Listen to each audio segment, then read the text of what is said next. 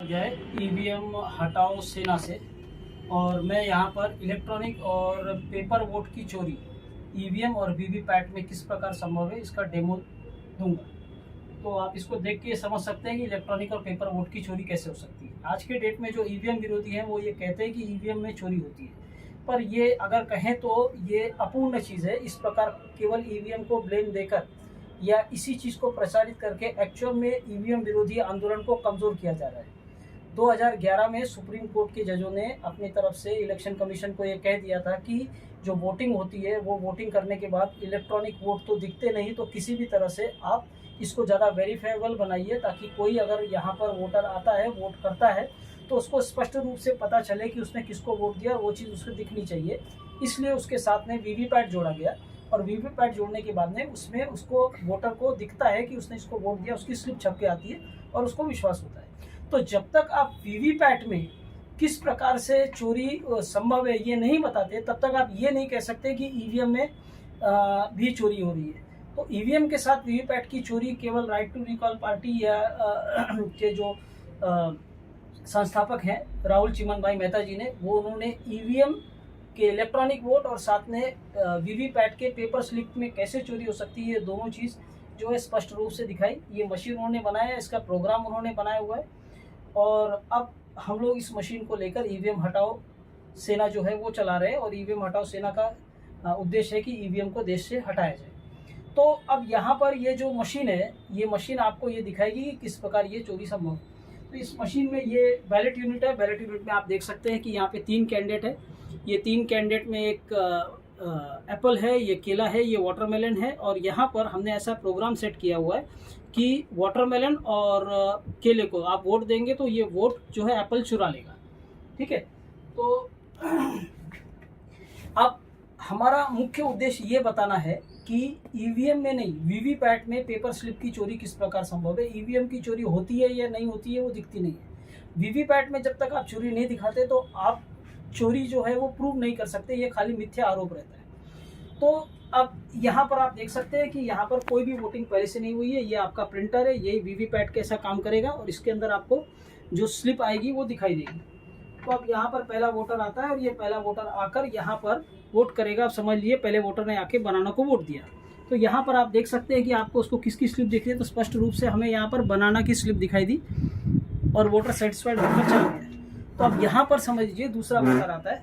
यहाँ पर ये जो है आप देखिए, अब यहाँ पे पूरा अंधेरा हो गया है और यहाँ पे कुछ भी दिखाई दे रहा नहीं है। ठीक है, तो दूसरा वोटर आता है, उसने भी आकर मान लीजिए बनाना को वोट दिया।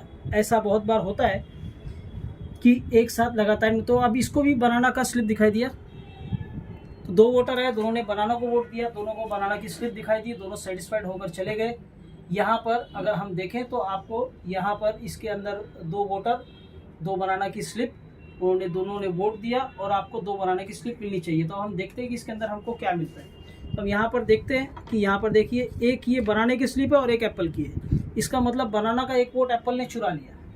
जैसे कि हमने कहा था कि हमने ऐसा प्रोग्राम बनाया हुआ है कि केले का वोट जो है वो एप्पल ने चुरा लिया। पर ये कैसे संभव हुआ, क्योंकि दोनों ने यहाँ पर केले की स्लिप जो है वो देखी थी दोनों वोटरों ने, और वो दोनों केले को वोट देकर यहाँ से गए तो उनको केले की स्लिप दोनों को दिखाई दी। तो एप्पल प्रिंट कब हुआ और फिर एप्पल को वोट गया कब। तो अब इसको समझने के लिए हमको ये गुत्थी को सॉल्व करना पड़ेगा। और ये गुत्थी है जो ये ईवीएम का वीवीपैट है, इस वीवीपैट पे लगे हुए काले कांच का ये पूरा खेल है। इसे हम कहते हैं ईवीएम के वीवीपैट के काले कांच का काला जादू। तो 2017 से पहले जब ये वीवीपैट आया था, ये वीवीपैट का कांच आप इस तरह देखें तो पूरी तरह पारदर्शी था। इसके अंदर इस पे कोई काला कांच नहीं था। तो जब भी आप वोटिंग करेंगे तो आपको तुरंत उस समय आपकी स्लिप जो है वो दिखाई देती थी। दूसरा, अब ये 2017 के बाद में जो कांच है वो काला कांच लग गया है। इसके आर पार तभी दिखाई देगा जब यहाँ पर लाइट जलेगी, और ये लाइट जो है वो 7 से 8 सेकंड के लिए जलती है। उस 7 से 8 सेकंड के समय में आपको यहाँ पर पेपर स्लिप दिखाई देगी। वो पेपर स्लिप उसके बाद में क्या होता है वो हमें ये काले कांच के पीछे नहीं दिखाई देता। तो यहाँ पे लगा हुआ ये काला कांच से ये गड़बड़ किस प्रकार गड़बड़ होती है इसको हम लोग यहाँ पर समझने की कोशिश करेंगे। 2014 की लोकसभा में मात्र 8 वीवीपैट में जो है वो काला, जिसको कहते हैं कि 8 वीवीपैट यूज़ किया गया था 8 ही लोकसभा में। बाकी लोकसभा में इसको यूज़ नहीं किया गया था। तो अब यहाँ पर हमने इसको मैं निकाल देता हूँ, साइड में कर देते हैं। अब देखिए यहाँ पर ये काला कांच निकालने के लिए हमने इसको ऐसा बनाया हुआ है कि काला कांच हम इसको निकाल सकते हैं। तो ये काला कांच मैंने निकाल दिया। जो 2017 से पहले की सिचुएशन थी, तो 2017 के पहले की सिचुएशन में जिस तरह यहाँ पे ये पारदर्शी कांच लगा हुआ है, यहाँ पर भी हमने पारदर्शी कांच ले लिया, काला कांच हटा दिया। अब इस पारदर्शी कांच के साथ में हम यहाँ पर वोटिंग करते हैं और सेम वोटिंग यहाँ पे करके देखेंगे और फिर देखते हैं क्या होता है। तो पहला वोटर आया और उसने आके फिर बनाना को वोट दिया। यहाँ पर ये बनाना को वोट दिया। अब देखिए यहाँ पर लाइट जलती है 7 से 8 सेकंड के लिए और बनाना की स्लिप जो है वो दिखाई देती है। वोटर इसको देखता है, देख के सेटिस्फाइड होकर चला जाता है। अब यहाँ पर आपको स्लिप अभी भी दिख रही है, ये स्लिप कट कर गिर जानी चाहिए, पर क्योंकि यहाँ पर केले के वोट को चुराना है तो प्रोग्राम क्या करेगा, केले के स्लिप को टांग कर रखेगा और काले कांच के पीछे आपको ये स्लिप दिखाई नहीं देगी। तो अब ये काला कांच हटेगा तो आपको ये दिखाई देगा कि स्लिप यहाँ टंगी हुई है, पर दूसरे वोटर को कुछ नहीं दिखता। अब प्रोग्राम इंतजार कर रहा है कि दूसरा वोटर जो आ रहा है क्या वो केले को ही वोट दे रहा है, और अगर वो केले को वोट देता है तो वो क्या करता है, देखिए वो यहाँ पर केले को वोट दिया गया और अब यहाँ पर देखिए वो क्या करता है, केवल लाइट जला रहा है 7 से 8 सेकंड के लिए, और 7 से 8 सेकंड में वो पहले वाली की स्लिप दूसरे वोटर को दिखाकर अंधेरे में क्या कर रहा है, देखिए अंधेरे में। अब इसको मैं हटा दे रहा हूँ। देखिए अंधेरे में उसने क्या किया कि यहाँ पर काले कांच के पीछे उसने एप्पल छाप दिया। अब अगर यहाँ पर ये इस प्रकार काला कांच लगा होता, अगर ये काला कांच लगा होता तो आपको दिखता ही नहीं। वो 7 से 8 सेकंड के लिए लाइट जलाकर पहले वाली स्लिप ही आपको दिखा देता दूसरे वोटर को, और बाद में काले कांच के पीछे अंधेरे में 7 से 8 सेकंड के बाद यहाँ पर ये एप्पल जो है वो छाप देता। पहले क्या था, पहले यहाँ पर ये जो जब ये पारदर्शी कांच हुआ करता था तो ये लाइट 15 सेकंड के लिए जलती थी, उसमें से स्लिप ऊपर से नीचे आती थी, 7 से 8 सेकंड के लिए रुकती थी और फिर कट के नीचे गिरती थी। ये पूरा प्रोसेस दिखता था। पर ये 8 लोकसभा में केवल यूज़ किया गया था 2014 में, लेकिन 2019 की लोकसभा में हमने ये देखा कि इसको पूरा काला कांच रखा गया और काले कांच के पीछे ये चीज़ की चोरी इस प्रकार संभव है, ये हमने देखा। तो अब ये इस प्रकार से इसमें इसे कहते हैं कि चोरी संभव है। अब इसमें अलग अलग प्रश्न आते हैं। तो अब एक प्रश्न आता है कि भाई मॉक टेस्ट का, कि मॉक टेस्ट होता है, अलग अलग पार्टियों के लोगों को बुलाया जाता है कि आप आइए और इसमें इसको कहते हैं कि आप वोटिंग करके देखिए मशीन में, और क्या आपको यहाँ पर कोई संदेह है किसी प्रकार का, तो वोटर आते हैं, वोट करते हैं, वोट करके यहाँ पे चले जाते हैं। तो अब बात ये होती है कि उनको किसी भी तरह की कोई चोरी नहीं दिखती, वो जो उसको वोट करते हैं उतनी ही स्लिप छिपती है और वो उससे सेटिस्फाइड रहते हैं। तो अब इसमें होता क्या है कि रियल टाइम जब इलेक्शन होता है, जब सही में इलेक्शन होता है, तो उस समय कैंडिडेट्स के फॉर्म भराए जाते हैं और वो फॉर्म जो है वो भराने के बाद में जब फाइनल हो जाता है कि कौन कौन कैंडिडेट्स जो है वो इलेक्शन में खड़े होने वाले हैं, तो फाइनल जो कैंडिडेट की लिस्ट है उसको आरओ यानी अधिकारी इलेक्शन कमीशन का वो केंद्र सरकार केंद्रीय इलेक्शन कमीशन को भेजता है, जो इसकी एक सॉफ्ट कॉपी बनाता है। वो सॉफ्ट कॉपी जो है वीवी पोर्ट में वहाँ से आके अपलोड की जाती है। वहाँ का टेक्निकल आदमी आता है और हर वीवी पैट में इसको अपलोड करता है कि भाई कौन से नंबर पर कौन सा कैंडिडेट है। एक नंबर पर ये कैंडिडेट, दूसरे नंबर पे ये कैंडिडेट है, तीसरे नंबर पे ये कैंडिडेट है। जिस तरह हमने यहाँ पे 3 सिंबल देखे, इस तरह इसको अपलोड किया जा सकता है। और उसको जो है फिर हम उसको क्या करते हैं, उसको जो है वो उसके साथ में ये बिल्कुल संभव है जब इसको अपलोड किया जाता है इलेक्शन से कुछ दिन पहले, कि भाई आज मान लीजिए कि इलेक्शन आज 30 तारीख है और इलेक्शन 10 तारीख को होना है, सारे कैंडिडेट फाइनल हो गए, तो फाइनल हो गए तो आज उसे अपलोड किया जा रहा है और अपलोड करते हुए उसको ये वहाँ पर एक प्रोग्राम के थ्रू निर्देशित किया जाता है। इस तरह के ऑर्डर दिए जाते हैं कि जिस तारीख को वोटिंग होनी है, तो मान लीजिए कि आज 30 तारीख है और 10 तारीख को वोटिंग होनी है, तो 10 तारीख को सुबह का वोटिंग का समय अगर 10 बजे का है तो 10:30 से ले या 11 बजे से वो इस तरह का प्रोग्राम रन करे जिसमें चोरी हो सकती है। तो ये चोरी उसी दिन होगी जिस दिन वोटिंग होगी, सुबह 10 बजे शुरू होगी। अगर 4 बजे तक उन्होंने कहा है कि 4 बजे तक चोरी करो, तो 4 बजे तक चोरी संभव होगी और 10 से 4 के बीच में ये चोरी होगी। और उसके पहले या बाद में आप कितनी बार भी इसको टेस्ट कीजिए, ईवीएम मशीन को रन कीजिए, आपको ये चोरी नहीं मिलेगी। तो इस तरह कितना भी आप कोई भी मॉक टेस्ट लीजिए, वो मॉक टेस्ट पार हो जाएगा और आप ये जिसे कहते हैं कि इलेक्शन के दिन चोरी हो जाएगी और पता भी नहीं चलेगा। तो ये हर इलेक्शन में ये पॉसिबल है कि वो प्रोग्राम जो है वो जो अलग से निर्देश दिया जाता है कैंडिडेट्स की फाइल अपलोड करते हुए, कैंडिडेट फाइल्स के अपलोड करते हुए जो निर्देश है वो हर इलेक्शन के समय दिया जाएगा, और देने के बाद में उससे जो है वो चोरी जो है बिल्कुल भी संभव है। उसके बाद में जो और अन्य प्रश्न आते हैं, एक बहुत बड़ा इसमें जो ईवीएम, कृत्रिम ईवीएम विरोधी लोग हैं, फेक ईवीएम विरोधी लोग हैं, वो ये कहते हैं कि ईवीएम और वीवीपैट में जो इलेक्ट्रॉनिक वोट है और पेपर स्लिप है उसका मिलान कराइए, और मिलान कराने में चोरी पकड़ी जाएगी। तो अब यहाँ पर हम मिलान करके देखते हैं। ये हमने जो अभी वोटिंग की उसमें हमने देखा कि यहाँ पर ये एप्पल है, ये बनाना है, हमने 2 बनाना को वोट दिया था, और 2 बनाना को वोट देने के बाद में हमको यहाँ पर खोल के मिला है कि 1 एप्पल और 1 बनाना। तो अब इसको इलेक्ट्रॉनिकली आप टेस्ट कर लीजिए, शो रिजल्ट और शो काउंट्स। अब यहाँ पे हम क्या देखते हैं कि यहाँ पर आपको पहले की भी वोटिंग हुई है, इसमें आप देख सकते हैं कि 1 एप्पल और 1 बनाना, यहाँ पर 1 एप्पल और 1 बनाना की मैचिंग हो गई। तो आपको स्पष्ट रूप से वो चीज़ यहाँ पर दिख रही है कि इलेक्ट्रॉनिक और पेपर वोट दोनों की यहाँ पर मैचिंग हो गई। तो अगर ये कोई कह रहा है, इतने सारे डेमो देखने के बाद, हमने देश भर में 15 से 20 कम से कम पत्रकार परिषद ली है, और अलग अलग लोगों ने इसमें डेमो दिखाया, और इतने डेमो दिखाने के बाद भी ईवीएम विरोधी लोग इसे देखकर, सुनकर, समझकर भी अगर ये कहते हैं कि मैचिंग कराई जाए, तो एक्चुअल में वो ईवीएम विरोधी नहीं है, वो ईवीएम को बचाना चाहते हैं। तो मैचिंग का प्रश्न जहाँ पे आता है, वो मैचिंग इस प्रोग्राम के थ्रू हम लोग स्पष्ट रूप से कहें तो इसमें मैचिंग हो जाएगी, और किसी भी तरह की चोरी नहीं पकड़ी जाएगी, ईवीएम जो है वो पाक साफ निकल जाएगी। तो ये एक प्रश्न हो गया। उसके बाद में ईसीआई कहता है, इलेक्शन कमीशन, कि भाई ये मशीन हमारी नहीं है, इसमें क्या रखा है हमको नहीं पता।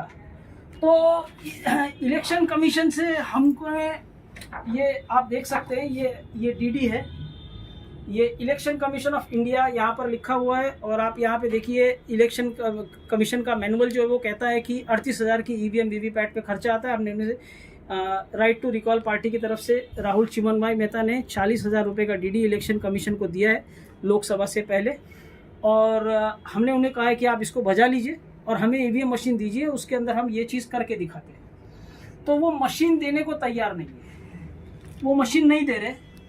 तो हार्डवेयर किसी का कुछ भी हो, चोरी जो होती है वो प्रोग्राम से होती है।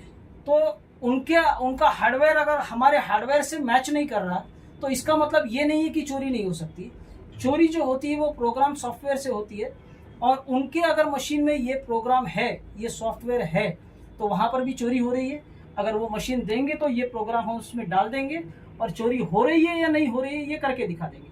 अब पहले से उनके मशीन में ये प्रोग्राम है या नहीं है मुझे नहीं पता, लेकिन इस प्रकार ये प्रोग्राम डालकर चोरी हो सकती है। ये उनके मशीन में भी हो सकती है और इसमें भी हो सकती है। तो हार्डवेयर और स्ट्रक्चर को देखकर अगर आप इस तरह की बात कर रहे हैं, इलेक्शन कमीशन अगर ये कहता है कि भाई ये नहीं, इनका स्ट्रक्चर, इनकी मशीन का स्ट्रक्चर अलग है, तो चोरी नहीं संभव है, ये हमारी मशीन नहीं है, तो ये नॉन टेक्निकल बातें हैं, ये बहुत कमजोर तर्क जो है वो दे रहे हैं। इसके बाद में कई पार्टियां हैं, ये प्रश्न उठता है कि ईवीएम को इतना विरोध है तो ईवीएम रद्द क्यों नहीं हो रही। ईवीएम इसलिए नहीं रद्द हो रही कि जो ईवीएम विरोधी लोग हैं वो एक्चुअल में जिन पार्टियों से, जिन नेताओं से ये एक्सपेक्ट कर रहे हैं कि ईवीएम रद्द हो, वो बेसिकली ईवीएम रद्द नहीं करना चाहते हैं, खासकर ऑपोजिशन पार्टियां, पूरा इंडिया ग्रुप। अब उसका सीधा साधा तर्क, सिंपल तर्क ये है, ये मशीन और ये सब चीज़ों को, ये डेमो को एक बार के लिए साइड भी किया जाए। तो इलेक्शन कमीशन का मैनुअल, उनकी वेबसाइट ये कहती है कि ईवीएम मशीन पे 384 कैंडिडेट के ऊपर नहीं खड़े किए जा सकते, तो उसको राउंड ऑफ करके 400 पकड़ लीजिए। किसी भी लोकसभा या विधानसभा में अगर 400 कैंडिडेट खड़े हो जाते हैं, तो वहाँ खड़े होने के बाद में 400 कैंडिडेट खड़े होने के बाद में इलेक्शन कमीशन को खुद ही अपनी मशीन को वापस लेना पड़ेगा। तो ऐसे में इसका खर्चा जो है वो अगर एक लोकसभा को ले, लोकसभा में एक कैंडिडेट का 25,000 रुपया जिसे कहते हैं कि डिपॉजिट लगता है, तो 400 कैंडिडेट का 1 करोड़ होता है, और विधानसभा का लेंगे तो 10,000 विधानसभा में लगते हैं, उसके हिसाब से जिसे कहते हैं कि 40 लाख का खर्चा आएगा। तो अब मेरा ये प्रश्न है कि जो ईवीएम विरोधी पार्टियां हैं, वो कांग्रेस हो गई, वो आम आदमी पार्टी हो गई, वो ममता बनर्जी हो गई, अखिलेश यादव हो गए, या फिर जितने भी ईवीएम विरोधी संगठन और ये सारे दिखते, ये इस प्रश्न को क्यों नहीं उठाते और ये अपने कार्यकर्ताओं को ये क्यों नहीं बताते कि ईवीएम मशीन जो है वो इतने आराम से हटाई जा सकती है। और इनमें से कोई भी ऐसा नहीं है कि जिनके पास इतने पैसे नहीं है कि वो 400 कैंडिडेट खड़े कर सके, या इतने कार्यकर्ता नहीं है। बिल्कुल बहुत आसानी से संभव है, पर वो ये चीज़ जानबूझकर नहीं कर रहे, क्योंकि एक्चुअल में वो ईवीएम विरोध ही नहीं है, वो किसी न किसी बहाने से वो ईवीएम को चलाते रहना चाहते हैं। आज वो पावर में, कल दूसरे पावर में, और इस प्रकार जिसे कहते हैं कि लेना देना चलता रहेगा ईवीएम को लेकर। तो इस प्रकार ये जो ईवीएम विरोधी लोग हैं वो कृत्रिम फेक ईवीएम विरोधी लोग हैं। वो इस ईवीएम के डेमो मशीन को लेकर हम ये मशीन जो है वो किसी भी पार्टी, किसी भी ईवीएम विरोधी कार्यकर्ता संगठन को देने को तैयार है। वो चाहे तो इसे अपने नाम पर चलाए, खाली खोजकर्ता का नाम उस पर रहेगा, और आप इस मशीन को लेकर जो है वो उपयोग कर सकते हैं। आपके पास अगर इसका खर्चा जो है वो 22-23 हज़ार रुपये है, आप ये मशीन को लीजिए और इसका जितना हो सके डेमो दिखाइए। मैं सारे पार्टी के कार्यकर्ताओं से ये कह रहा हूँ कि अपने पार्टी अध्यक्ष को ये पूछे कि वो ये मशीन लेकर ये डेमो क्यों नहीं दिखा सकते, और कुछ नहीं तो कम से कम उनके कार्यकर्ता आएँ और इस मशीन पे डेमो बनाएं। मैं उनको इनवाइट करता हूँ, और ज़्यादा से ज़्यादा इलेक्शन कमीशन की वेबसाइट पे वगैरह इसको कहते हैं कि भेजें।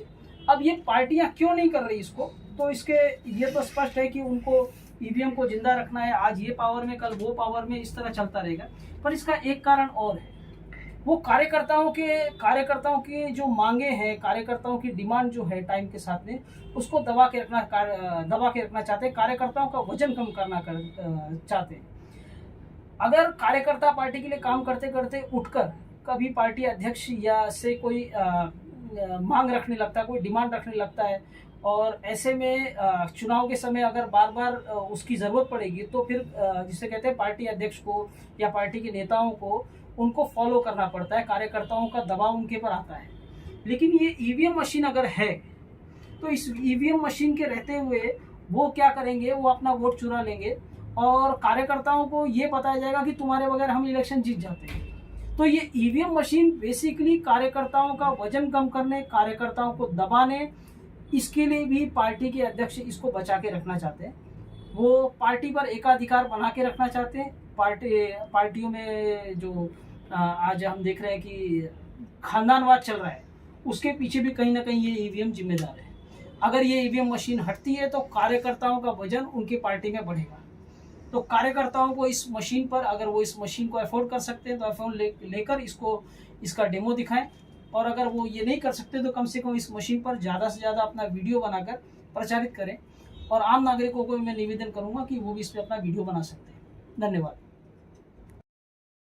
तो एक प्रश्न आता है, 2024 के लोकसभा चुनाव में कई लोकसभा में वोट देने वाले वोटरों ने ये देखा था कि उनकी स्लिप जो है वो ऊपर से आते हुए देखी थी, फिर वो 7 से 8 सेकंड के लिए रुकती है और फिर कट के नीचे गिर के जाती हुई दिखी। यानी स्लिप आपको ऊपर से नीचे आते हुए दिख रही है, ठहर रही है और कट के गिर रही है। तो फिर उसमें चोरी किस प्रकार संभव है, चोरी हुई या नहीं हुई, ये प्रश्न आता है। तो अब ये क्या है कि जो ईवीएम हटाओ सेना है, राइट टू रिकॉल पार्टी है, उन्होंने अपनी तरफ से ये डेमो जो है वो पूरे देश में लोगों को दिखाया था। इस पर कम से कम 15 जिसे कहते हैं प्रेस कॉन्फ्रेंस की गई थी, और इनके पूरे देश भर के कार्यकर्ताओं ने इस मशीन का उपयोग करके ज़्यादा से ज़्यादा लोगों को ये बताया था कि ये चोरी किस प्रकार संभव है। इसका रिजल्ट ये हुआ कि सरकार को, इलेक्शन कमीशन को पीछे स्टेप लेना पड़ा, और उन लोगों ने ये काले कांच को टेम्पररी इसको कहते हैं टेम्पररी इसको सस्पेंड करके इसमें सेमी ट्रांसपेरेंट ग्लास यूज़ किया, और लोगों को ये देखने को मिला कई जगह पे कि स्लिप ऊपर से आ रही है, ठहर रही है और नीचे जा रही है। ये एक स्टेप उन्होंने पीछे लिया, और इसमें हमें इस चुनाव में जो है उसके वजह से फ़र्क भी दिखाई पड़ा। लेकिन ये टेम्पररी स्टेप है, वो बिल्कुल संभव है कि एक कदम पीछे रख रहे हैं और लोगों को ये संतावना दे रहे हैं कि ये काले कांच के पीछे कोई चोरी नहीं संभव है, ये काला कांच नहीं लगा हुआ है, ये चोरी नहीं होगी।